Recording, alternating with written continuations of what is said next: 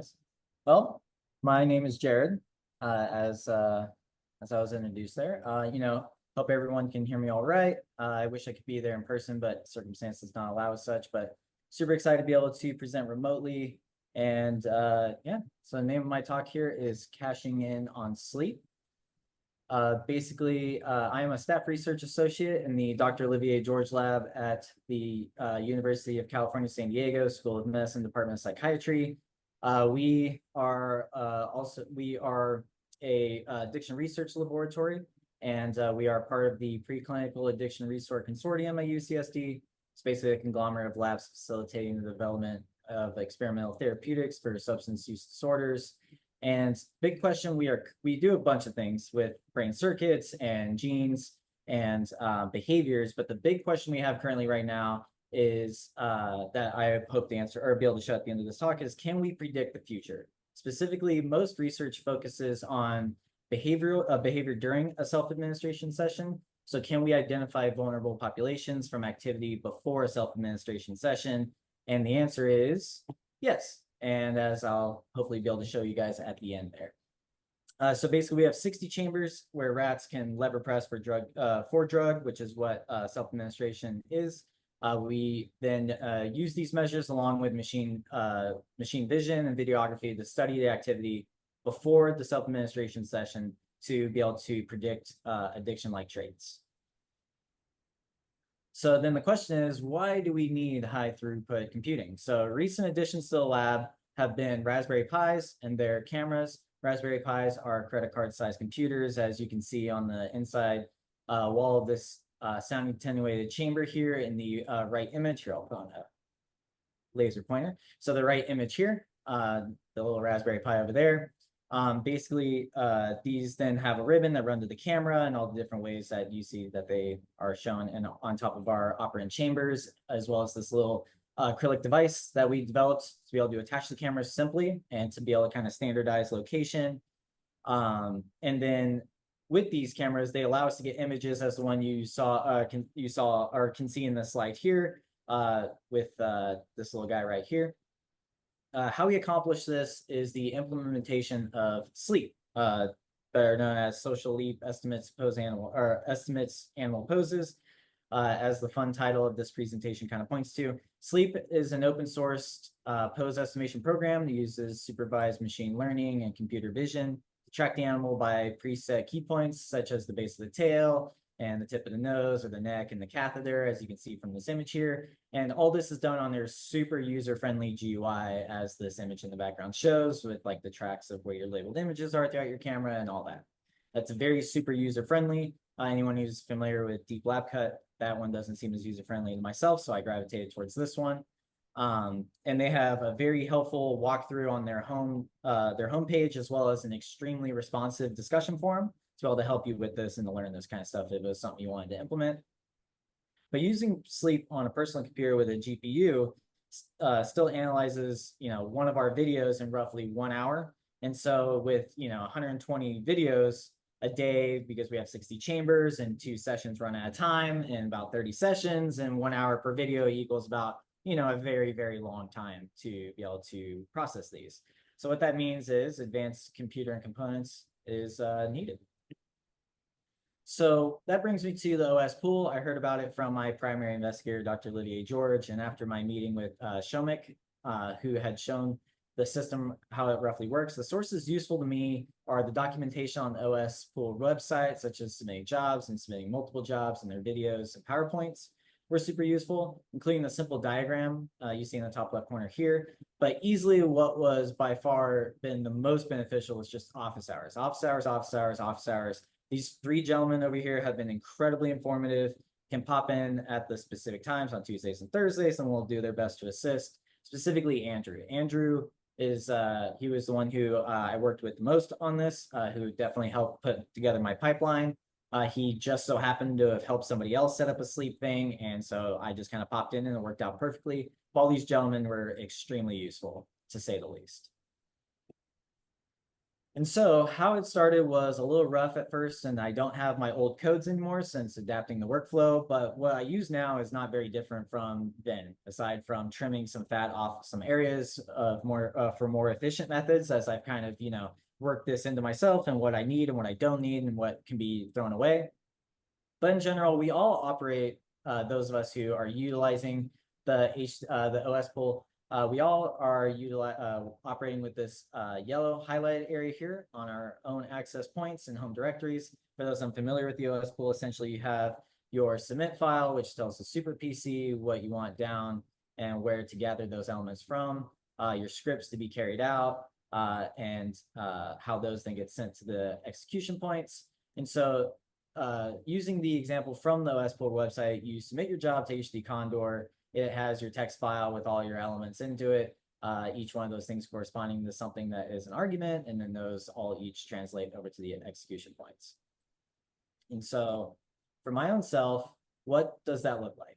So as mentioned, we have 60 chambers and 4 rows, and each of these rows has a mini computer that is connected to and operates all the Raspberry Pis in that row and handles the resulting videos. So I need is a way to get those videos to the OSPool. So I wrote this code that allows me to pass arguments into it. So in this example, it would be cocaine or Coke for cocaine, C24 for the cohort, and LGA03 long axis 3 for the session, and whatever kind of parameters that needs to do, and it transfers over to the OSPool for me. Now, once on my access point, as mentioned prior, many times it's stored. You need it to be stored as a list to have all those be able to execute and be able to be sent over to the OSPools with each of their individual points. And so can be called to, So this code here on the right is one that takes in arguments that then outputs a list file corresponding to the videos we just sent over, and also has arguments later on each execution point that Andrew helped me put together. So each of the little elements essentially kind of gives you the output here as you cat the execution file with the individual video and all the other individual points that need to plug into aspects for me on the other end.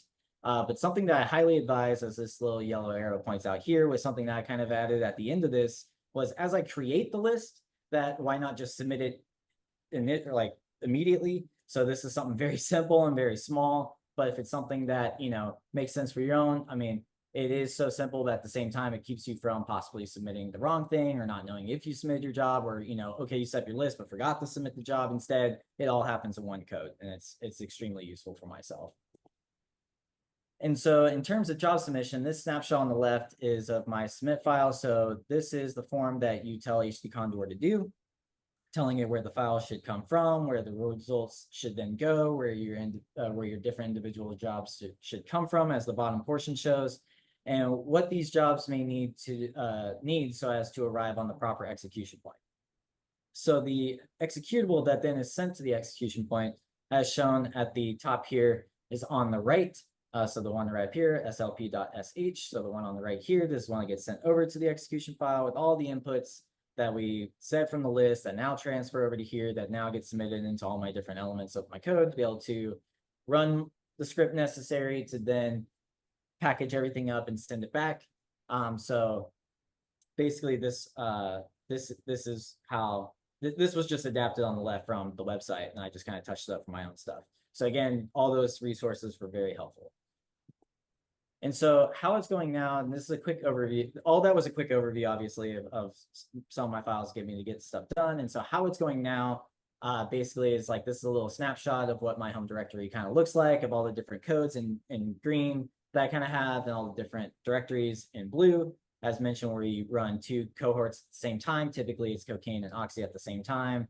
And where those files then need to be saved, and all the different elements, the videos, where they're being sent to, and all that kind of stuff. So that's all up there.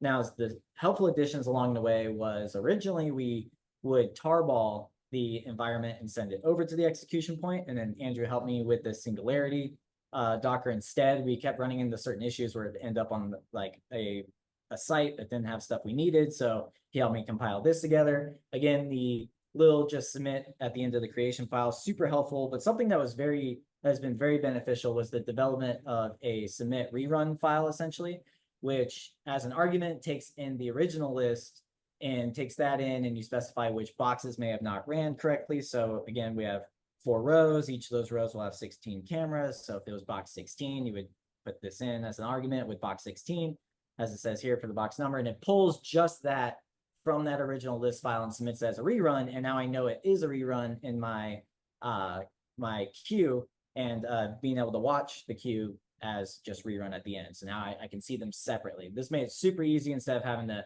go through and moving things out of the video directory to be able to only submit those videos, the ones that didn't run correctly, or to stop everything and resubmit it and, you know, hope it ends up at a different access point that works correctly. All those were extremely helpful, to say the least. And so what this now looks like is essentially, as mentioned, is that you have 2 lines that end up being multiple jobs. So again, with step 1, the code that makes it go from my mini PC to the OSPool, the list creation, create list executable that with its little inputs creates the list and submits it automatically, which then goes to the job sub, which then sends everything over to the execution points, and the executable is done. And if there's any issues, then you just do the submit rerun, and it starts the whole cycle over again. And if there's no issues, and as it comes over, I wrote an extract tarball script that after they come over, you tell it to extract all the ones that are tarballs, and they go into their respective directories, where my files then get stored instead of now having to move around in my home directory. As mentioned, or as shown in the previous ones, as you can kind of see here where it says make directory folder, and the folder would be cocaine. So that way it would end up, as you saw in my home directory, like the cocaine folder. Now I don't have to move files around. Super simple, super easy, 2 lines of code, tons of jobs being ran at one time. And what this all kind of ends up being is that before HTCondor, we had, again, 60 chambers, 2 cohorts simultaneously, 30 sessions apiece is roughly 3,600 videos if they all don't have errors. The last 2 cohorts combined were 3,641 videos. We added a couple extra sessions this time around. And at 1 hour on the PC, if you happen to buttress them all perfectly behind each other, that's 150 days to complete, minimum. And that's if there's no issues. And so with HTCondor now, I've seen that I can put about 240 videos at one time, which I've seen them take anywhere from 6 hours to 3 days if I keep having to like resubmit, or something was an issue, or I didn't have something typed right, or whatever. Now you're looking at roughly 4 to 45 days to complete, which is insanely different. And the cohorts that we run with those 30 sessions only take about 45 to 50 days, which is well within and buttressed right up against with it. So as the session goes along and as the cohorts go along, the data is flowing in perfectly. And as you can see from the bottom here, 178 jobs for this one from a couple of jobs I was running the other day. And so this brings us to how HTCondor is impacting our research. So when it comes to addiction, many labs have devised ways to quantify addiction vulnerability. Along with that is the operationalization of the diagnosis of substance use disorders found in the 5th edition of the Diagnostics and Statistical Manual of Mental Disorders. SUDs are often characterized by 4 areas of impact, such as loss of control or social impairment and risk and risky use and pharmacology. And so as mentioned early in the talk, most labs and most of the research up to now have been about in-session things, and each of these is about in-session type stuff. And so you have the loss of the control aspects where you're increasing use, it's hard for you to quit, you're spending a lot of time trying to use or thinking about using, you're having issues at work or at school or with people, or your own choice of activities are going away, risky use, you're doing extreme things to be able to use, you're developing tolerance, and when you try and stop, you have withdrawal. And so a lot of labs have taken this, put them into what's known as an addiction index of sorts, or different ones that they name them as such. But we personally have done for our own of how we've characterized it with our own operant chamber behavior, those that are happening without video in the chambers with the lever pressing. And ours is showing about 48% explained variability currently. And so one thing to really note is at the very bottom, here off to the left is this specific study over here, where this one was specifically studying locomotor activity. It's been shown a lot that locomotor activity, when you put a rat into a chamber, when it's never seen the chamber, the experience of novelty and then the resulting locomotion from the experience of novelty has been shown to be able to be predictive of addictive behavior. And that plays into a part of what is currently going on now and brings us to answering the question. So, can we predict vulnerability from pre-session activity? So our videos are roughly about 20 minutes of length. We do about 10 minutes before and 10 minutes after, just from having to buttress having to truncate the CSV files from when sessions started too early or started too late and all that kind of stuff. So making the levers line up and all of it to be perfect. Essentially, if you look at the top left here, as mentioned with locomotion, so this was tracking the catheter where it plugs into the back of the rat. It was shown to have the least amount of pixel error for the model. And so from that locomotor activity and how does it move about the chamber, which essentially ends up being distance traveled. And so when we correlated it with our addiction index score, you see that for the blue line here, which is pre-levers, that up until about roughly like short axis 7, 8, 9, and 10 is when it's kind of really hitting along the line, and then it drops off while it still is kind of spotty throughout the post levers. Another aspect of this is that, so you look at this here, and then you kind of draw a line and you're like, okay, what's happening around that point in time? When we look at what is happening during the video, those specific 10 minutes of when the rewards are happening during that time. And you see right around that time when the catheter locomotion falls off, you start seeing instead the correlation with the reward infusion interval. So how quickly is the rat pressing, and then after the timeout session goes, or timeout period goes along, which is about 20 seconds long, that it's now getting another infusion. So the time in which that they're getting reward is getting shorter and shorter and shorter. And then the number of rewards during the video, how in that 10 minutes is also starting to pick up. And you can see it in also these graphs just across the entire session of their totals across the line here. And you can see right about the same time, right about strikes 8, 9, and 10. Then another idea would be, okay, if they're starting to possibly learn what's going on, how quickly are they pressing for the first time? And that's the earliest reward measure here, where it's seeing, okay, what time point was their first reward? Is it starting getting closer and closer to the point in time when the levers come out? And you see also the point in time right around 6, 7, 8, 9, and 10 is when it starts really picking up, and when they start pressing soon, or start pressing sooner. And the same thing here with the active area of interest. So are they starting to run into that active area near the active lever in the right side of the chamber faster? And that's where you see here right about 7, 8, 9, and 10 is right when you see the high addiction index guys. Sorry, the severe, moderate are the what would be considered vulnerable, while the mild and resistant are least vulnerable.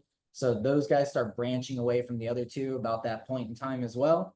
And when you take all these measures and throw them together on the same graph and kind of see how the pre-lever catheter locomotion and distance traveled, how does that pair with what is happening with the other measures that we just looked at, is that you see right when that kind of trickles off, the black line here is right when it really starts kicking off for those other measures, almost showing this this behavioral shift right here, right before we go from short axis, which is about 2 hours of time in the chamber, to long axis, which is 6 hours time in the chamber. So even with the longer session, we're looking at what's happening during those 10 minutes of video, and that's where we're seeing this break.